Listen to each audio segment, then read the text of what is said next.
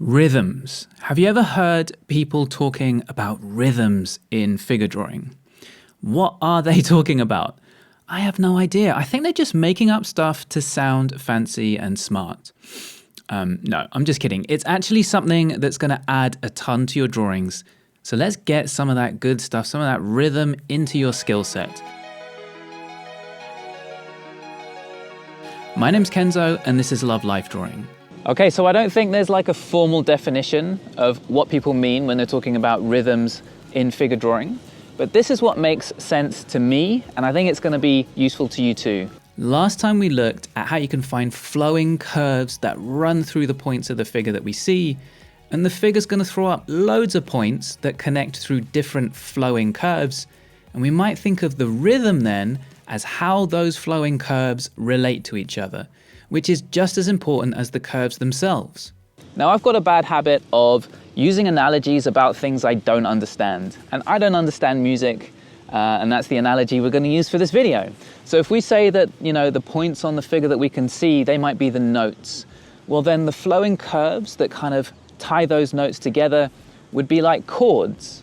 And then the rhythms would be the way that those chords relate to each other, the sequence of those curves.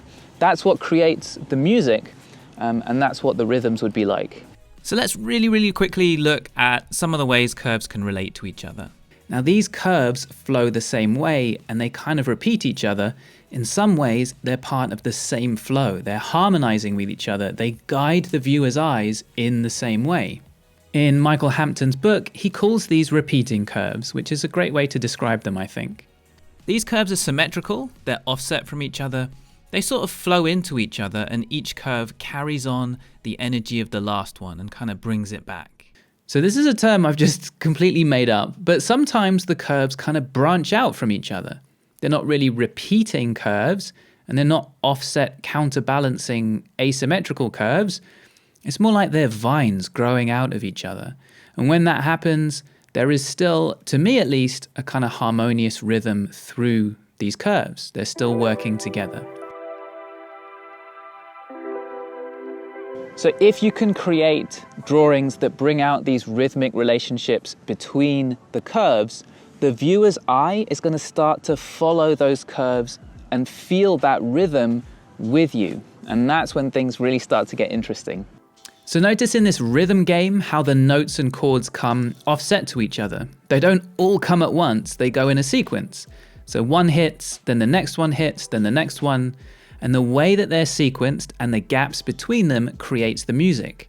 If the music was just all the chords at once, then that's not a song, it's just like a load of noise. So where there's more complexity in the curves or a higher concentration of these curves, the viewer's eye is going to have a lot to take in. When they're simple and big and maybe spaced out, the viewer's eyes will smoothly glide along them. So to continue the music analogy, you can kind of vary the tempo of the drawing. I was trying to think here, would this bit be faster because the viewer's eyes hit all these notes quickly, and then these notes are longer, more spaced out and simpler, and therefore these are slower and more relaxed? Or does the viewer's eyes slow down here, taking in all these curves, and then race down these big simple curves? What do you think? Ultimately, it doesn't actually matter, and I thought about that for too long. Varying the tempo either way is enjoyable for the viewer's eyes. So having higher concentrations of curves in one or two places where you want more attention, and then fewer, more spaced out, bigger curves where things are simpler, it's often going to work really nicely.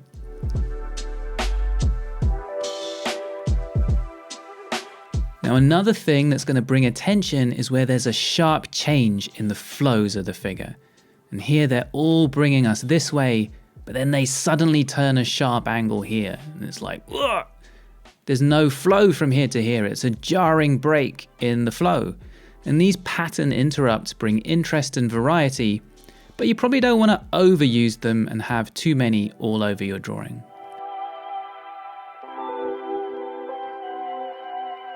These two curves are too symmetrical. These ones are offset.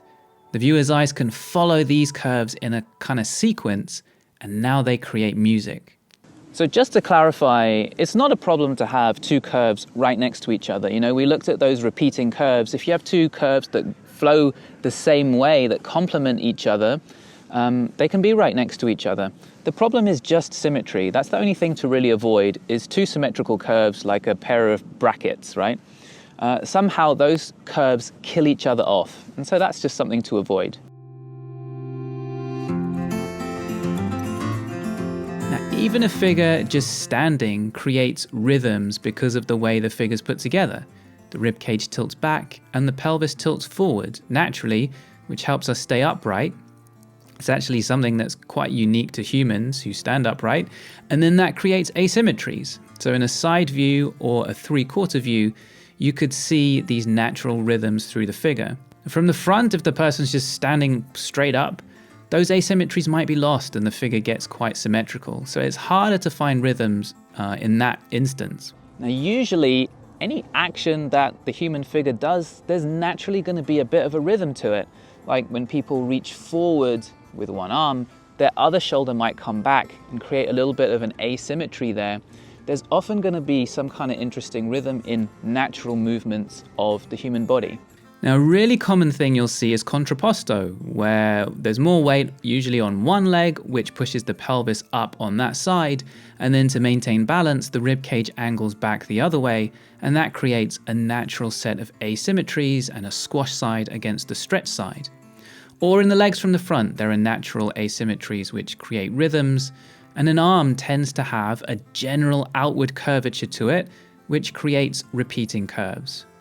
Now, sometimes I do see a pose, and to my eye personally, I just don't feel much rhythm to it.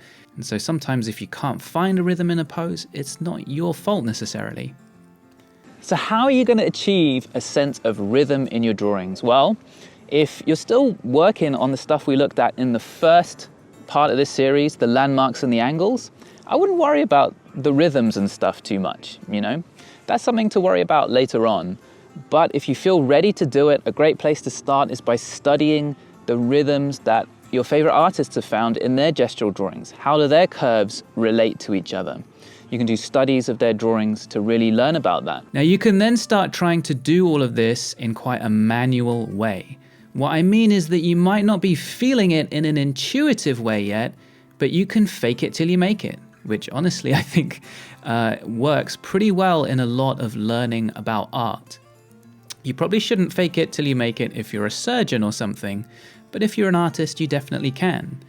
So you can first just look for the head versus ribcage versus pelvis angles like we talked about in part 1 of this series, and that's going to help you find things like the squash and stretch in the torso, and then the asymmetries created by the relationships between those masses. And then you can look for the simple tapering curves in the arms and legs, which might create repeating curves or they might create asymmetrical curves. You can look for big, simple curves where possible, and then add in more concentrations of curves, maybe in the interesting areas, which often is going to be in the torso, and then your bigger, simpler curves will often be in the limbs. And then you can maybe bring out 1 or 2 jarring angle changes to bring a little bit of interest. So that's a lot of thought and analysis. We figured something out. We didn't really feel it, you know, we weren't being intuitive. We kind of forced it based on our knowledge and not our intuitive skill. But as you keep doing these exercises, studying your favorite artists and trying out these underlying principles, you're eventually going to find that when you've only got like 60 seconds or maybe 2 minutes, where you don't have much time to overthink things, these things are going to start to come out naturally. And when they do come out naturally is when they often work the best. And during those drawings, you're going to start to feel a rhythm to your own drawing process. So how your eyes scan the figure, how your arms move across the paper, it's going to have a tempo and rhythm that matches the gesture of that pose. And that's an exciting moment when you can start to be intuitive and feel that. I really want you to experience that. But it takes a lot of practice to get there. To figure out what practice to do and how to make your learning efficient and successful, check out our step-by-step guide.